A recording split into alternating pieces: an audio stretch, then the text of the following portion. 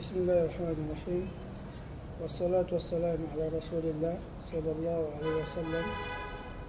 Alhamdulillah, chers frères et chers sœurs à la foi, on remercie Allah subhanahu pour ses grâces. Et nous faisons des prières et des salutations sur le prophète Mohammed alayhi wa sallam, sa famille, ses compagnons et tous ceux qui suivront leur voie jusqu'au jour de la résurrection. Alhamdulillah, aujourd'hui nous allons parler du mois béni de Dhul-Hijjah. Dhul-Hijjah est le 12e mois lunaire. Dhul-Hijjah est le mois au cours duquel se tient le pèlerinage à la Mecque, à la maison sacrée d'Allah subhanahu wa ta'ala. Dhul-Hijjah est un mois au cours duquel les œuvres ont beaucoup d'importance auprès d'Allah subhanahu wa ta'ala.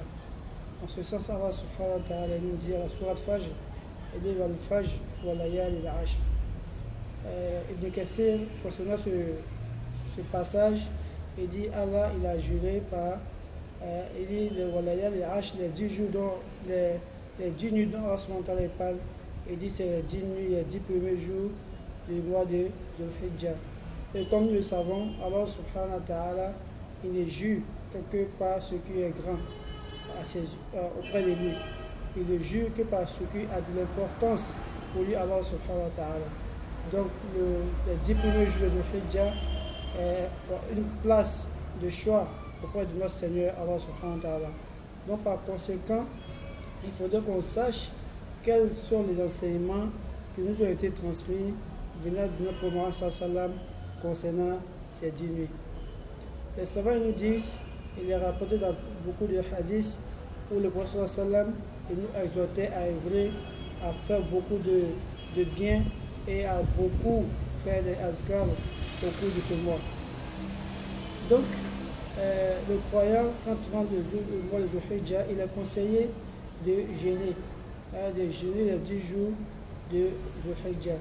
Il est aussi conseillé de beaucoup lire le Coran. Il est aussi conseillé de renouer les liens de fraternité. Il est aussi conseillé de faire beaucoup de monde. Il est aussi conseillé vraiment de faire beaucoup d'adoration durant ce mois de Dhul-Hijjah. Aussi, il y a une invocation que quand rentrait le mois de Dhul-Hijjah, les compagnons y récitaient. Donc le prophète sallallahu nous a enseigné de le réciter. C'est de faire le takbir.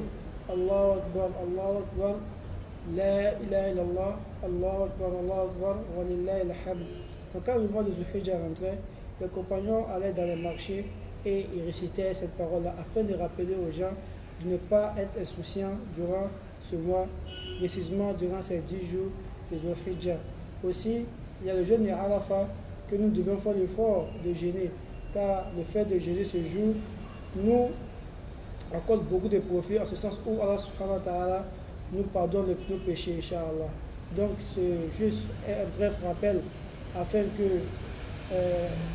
les uns ainsi que les autres ne puissent pas oublier le mérite de ces 10 jours et de faire l'effort